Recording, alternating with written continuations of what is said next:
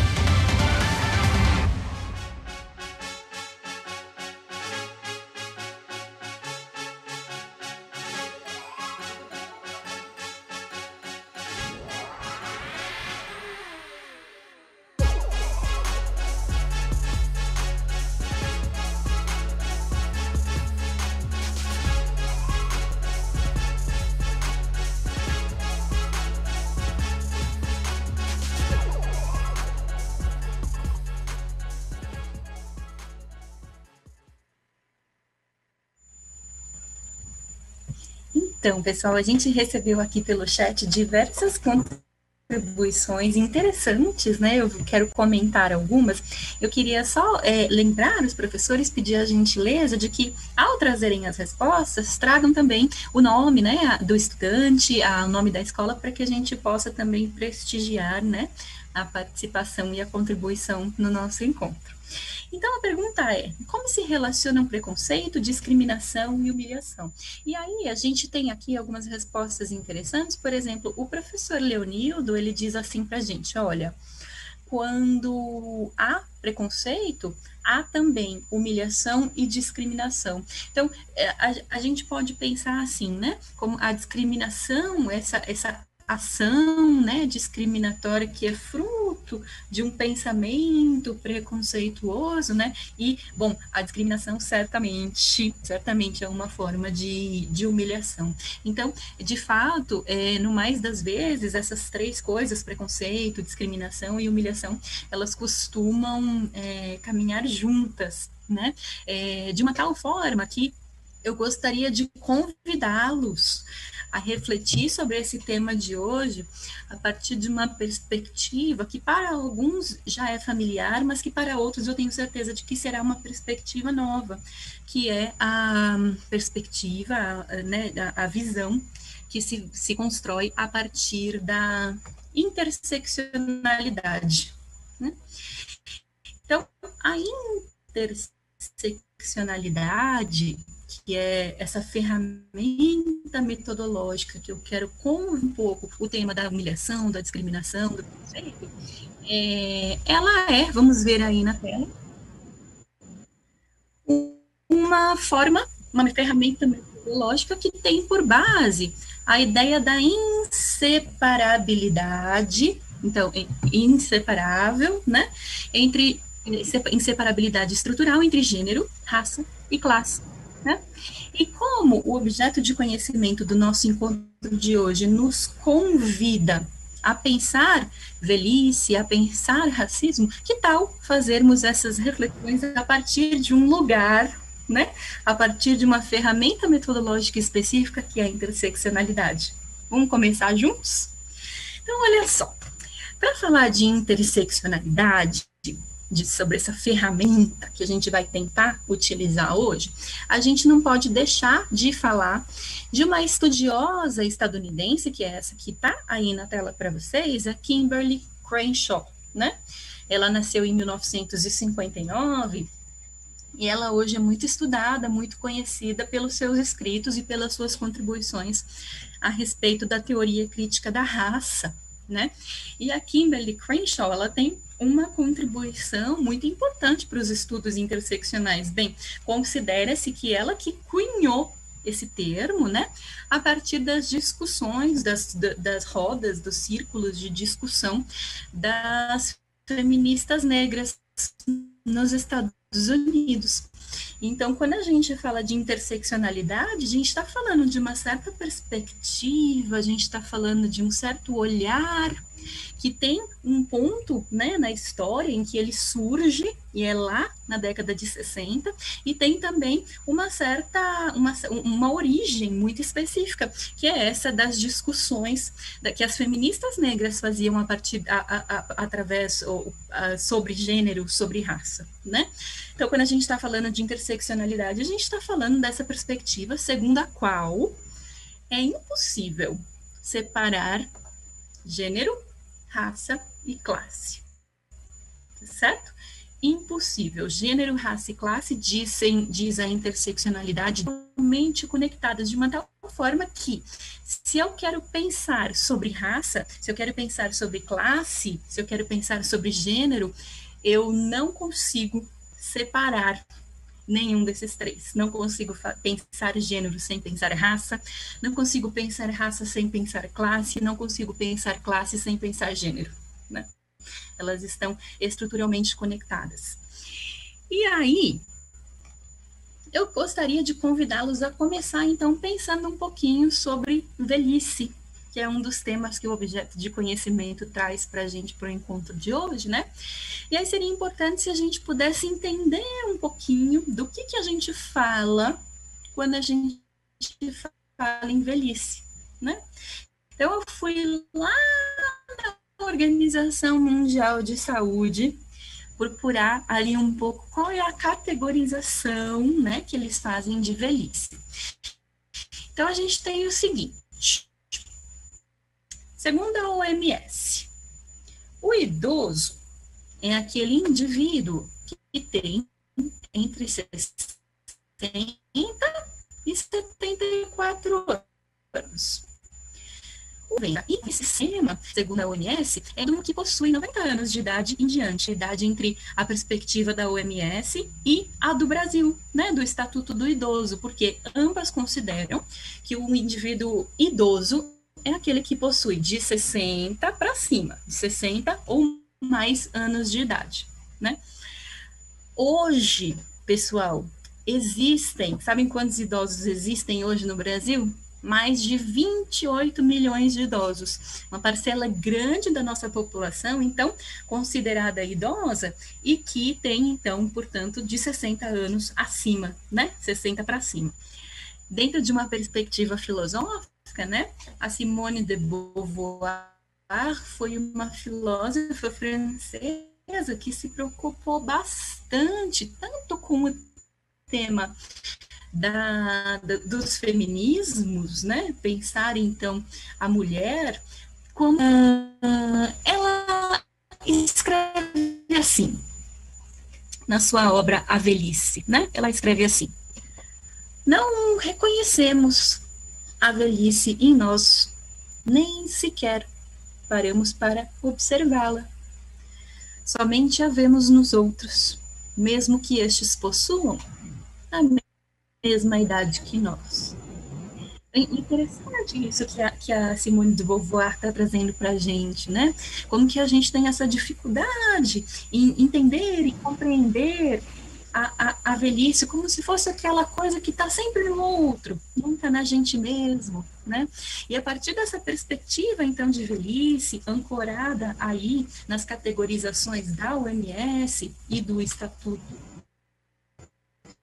do Idoso no Brasil, é legal que a gente possa entender um pouquinho como que nada com outras categorias, vamos fazer lá um pensamento interseccional, vamos pensar um pouquinho em gênero, né? Vamos pensar um pouquinho em classe, porque aí a gente vai ver na nossa tela um gráfico que mostra para a gente o nível de ocupação dos idosos brasileiros por sexo, né, por gênero, e também a desigualdade entre esses gêneros, entre esses sexos. Aí a gente tem uma linha histórica que cobre um período de uma década, 10 anos, né? Se a gente olhar bem, olha, a gente vai ver essa linhazinha amarela, a linhazinha laranja, que corresponde aos homens, a azul, que corresponde ao total, a verde corresponde às mulheres, e essa roxa é a que vai mostrar para a gente a desigualdade entre os sexos, né? Então, a gente consegue ver que, olha só, os homens idosos no Brasil, nesse período de 2005 a 2015, estavam mais ocupados, ou seja, trabalhavam, tinham mais acesso ao emprego do que as mulheres. Então, a gente já consegue começar a ir conectando, ainda de maneira incipiente, mas começar a ir conectando um pouco esses elementos, né? Então, a gente pensa a velhice, mas pensa também a velhice dentro de uma perspectiva de gênero. E aí a gente tem uma primeira pista para tentar compreender como que isso vai se dando historicamente no Brasil. Nessa década de 2005 a 2015, a gente vai vendo que entre os idosos há um certo corte de gênero, né? Porque os idosos homens, nesse período, estavam mais ocupados, ocupação no sentido do emprego, né? Eles tinham mais acesso ao trabalho do que as mulheres. Nessa discussão, se a gente quiser inserir o elemento aqui da raça, porque vamos lembrar que a interseccionalidade é essa perspectiva segundo a qual não há a possibilidade da separação entre raça, gênero e classe, né? Aí a gente vai ver na tela, lá em 2018, vamos dar uma olhadinha nessas informações que vem aqui para a gente. Cargos gerenciais em 2018. E a gente está falando aqui de Brasil, né? Os cargos gerenciais em 2018, vejam só, 68,6%, ou seja, quase 70% desses cargos eram ocupados por brancos, enquanto que apenas 29,9% eram ocupados por pretos ou pardos. Ainda, tendo como referencial o ano de 2018, se a gente pensar em termos de distribuição de renda, a gente vai encontrar aqui que entre as pessoas que recebiam menos de 5 dólares e 50 por dia, a gente tem um percentual de 15,4%, enquanto que 32,9%, quer dizer, um número bem mais elevado, né, um percentual bem mais elevado, eram considerados pretos ou pardos, né? Então, se a gente tem, por um lado, ali, uma informação, né, de que idosos, homens, estão mais ocupados do que idosas mulheres, no sentido do acesso ao trabalho, e a gente tem uma informação de que no mercado de trabalho no Brasil em 2018, a gente tem uma ocupação de cargos gerenciais massivamente constituída por brancos, então a gente consegue começar a entender, né, começar a refletir um pouquinho melhor sobre esse cenário, né, em que a gente vai pensando a partir de forma interseccional, tentando compreender essas relações entre gênero, raça e classe, que são consideradas ali pela Kimberly Crenshaw absolutamente inseparáveis, né? Vamos pensar um pouquinho, ó, vamos dar uma olhadinha nesse gráfico que vai na tela aqui para a gente, que vai tratar sobre a mulher no mercado de trabalho, pensando então um pouquinho mais especificamente na questão do gênero, né? Esse gráfico, ele é bem legal, que a gente pare para analisar com bastante atenção. Vejam, aqui a gente tem a mulher no mercado de trabalho, tá? E a gente está falando especificamente das mulheres empregadas, ou seja, ocupadas, com a faixa etária de 25 a 49 anos. E aqui a gente está falando de uma linha histórica de 6 anos, que cobre de 2012 a 2018. Se vocês não estiverem conseguindo ver direitinho, dá um print aí na tela, para vocês depois darem um zoom. Então, a gente tem aí, olha, que o número de mulheres ocupadas, ele aumentou mais de 1,4 milhão entre 2012 e 2018, enquanto que o número de homens cresceu apenas 194 mil. Só que, vamos agora caminhar um pouquinho mais na interpretação desses dados. Vamos olhar esse primeiro gráfico de linhas aqui de cima. Olha só o rendimento médio dos homens, que é essa linha que aparece em verde, em comparação com o rendimento das mulheres, que é essa linha que aparece em roxo. O que a gente vê? A gente vê que, na média, o rendimento da mulher ele é 20,5% menor que o dos homens. E que, muito embora essa diferença tenha diminuído um pouquinho, porque em 2012 era de 23%, ainda assim permanece uma diferença bem significativa, né? Vocês imaginem, então, a gente tem uma diferença média salarial de rendimento de 20%, mais de 20% diferente entre o rendimento médio de homens e mulheres no Brasil nesse período estudado. Isso é muita coisa, né, gente? E se a gente se atentar para as horas trabalhadas, o valor da hora trabalhada também tem um abismo, uma diferença bastante significativa nessa relação de gênero. Por quê? Vejam só. Por hora trabalhada, de 2012 a 2018, olha, em 2012, na média, os homens ganhavam R$ 13,70 por cada hora que eles trabalhavam. Aí foi aumentando um pouquinho, chegou lá em 2018, eles estavam ganhando R$ 14,20 por hora trabalhada.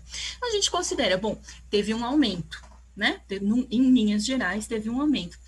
Se a gente vai olhar para a linha que aparece aqui, a linha de baixo, a linha que corresponde às mulheres ocupadas de 25 a 49 anos entre 2012 e 2018, a gente vê que também teve um aumento. Então, lá em 2012, as mulheres, em média, ganhavam por hora trabalhada R$ 12,20. Aí, foi caminhando de uma forma que, em 2018, as mulheres ganhavam, na média, R$ 13 por hora trabalhada. Só que, gente, olhem muito atentamente, porque se vocês perceberem, o tanto de aumento que as mulheres têm de 2012 a 2018 não chega nem no final, não chega nem no ponto inicial, né, por hora trabalhada dos homens. As mulheres em 2018 ganhavam em média, essa população ganhava em média R$ 13. Então, tem aí, por hora trabalhada, então tem aí uma diferença bastante grande, né? E aí, gente, a gente vai olhando esses dados, e é claro que aqui a gente está fazendo um primeiro exercício muito, muito, muito incipiente, com alguns dados que eu selecionei, mas que certamente num exercício com mais substância, né, digamos assim, de dados, vocês poderão, junto com o professor, a professora de vocês, selecionar muitos mais outros dados para pensar, mas para a gente entender um pouquinho que quando a gente vai analisar, assim, um panorama, né, quando a gente vai tentar compreender um pouquinho melhor essas questões de trabalho, questões de discriminação, questões de preconceito, é muito importante que a gente parta de um olhar mais amplo, né? Então, que a gente parta de um olhar que não se limite a pensar em apenas uma variável. Eu vou pensar, então, só na população idosa, vou ver como isso funciona. Vou pensar só na população de mulheres, vou ver como isso funciona. Vou pensar, enfim, o que a Kimberly Crenshaw convida a gente a fazer é desenvolver um olhar mais amplo, em que a gente consiga, nas nossas leituras, nas nossas análises e interpretações, desenvolver um olhar que conjugue raça, classe e gênero, que, segundo ela, são 3 elementos fundamentais, se é que a gente quer conhecer um pouquinho mais de alguns panoramas sociais, né? Aí, gente, lá no começo da aula, a gente trouxe uma citação. Faz de conta que estou sonhando. E eu queria contar para vocês agora que essa citação é de uma obra de uma grande, grande, grande autora brasileira chamada Carolina Maria de Jesus. Será que vocês conhecem? Carolina Maria de Jesus nasceu em 1914 e ela viveu aí pouco mais de 60 anos, e, gente, no ano de 1960, ela escreve uma obra chamada Quarto de Despejo. Quem tiver a possibilidade, puxa vida, leiam essa obra, pessoal, porque ela vai, assim, ela vai contar sobre a vida dela, da perspectiva dela, ela vai falar sobre as experiências de preconceito, de discriminação e de humilhação pelas quais ela foi passando ao longo da sua vida. E quando ela escreve Quarto de Despejo, em que ela conta a sua própria vida, da sua própria perspectiva, ela sente que passou por tantas, tantas situações de humilhação ao longo da vida dela, que ela prefere pensar, ela prefere fazer de conta que ela está sonhando. Então, a reflexão que a Carolina Maria de Jesus deixa para a gente é a de que pensar humilhação, preconceito e discriminação é absolutamente fundamental em todos os momentos da nossa vida, e que pensar sobre esse tema é mais complexo, mais importante do que a gente possa imaginar. Então, para a gente ir sim encaminhando para o final do nosso encontro de hoje, quero deixar algumas sugestões para aqueles que quiserem, então, se aprofundar neste tema, né? Então, a gente tem sugestão de alguns livros, e dentre estas sugestões vai o próprio livro Quarto de Despejo, da Carolina Maria de Jesus, Torturado, também um livro muito, muito célebre, do Itamar Vieira Júnior, lançado em 2019, muito premiada essa obra, vale a pena a leitura. Mulheres, Raça e Classe, da Angela Davis, para quem quiser compreender um pouquinho melhor da perspectiva da interseccionalidade, e ainda sobre isso, uma obra da filósofa brasileira Sueli Carneiro, Racismo, Sexismo e Desigualdade no Brasil, também para quem quiser se aprofundar no tema e compreender um pouquinho melhor essas questões. Tá bom? Vou deixar aqui para vocês a nossa rubrica, as nossas rubricas de avaliação de aprendizagem, para vocês contarem como vocês se sentiram em relação à aula de hoje, eu poder ter um feedback, né, de como está caminhando, então, o nosso curso. E eu me despeço de vocês com muito, muito, muito carinho, na certeza de que semana que vem estaremos juntos novamente. Então, eu lhes envio um beijão, cuidem-se muito, muito. Um abraço a todos, até mais.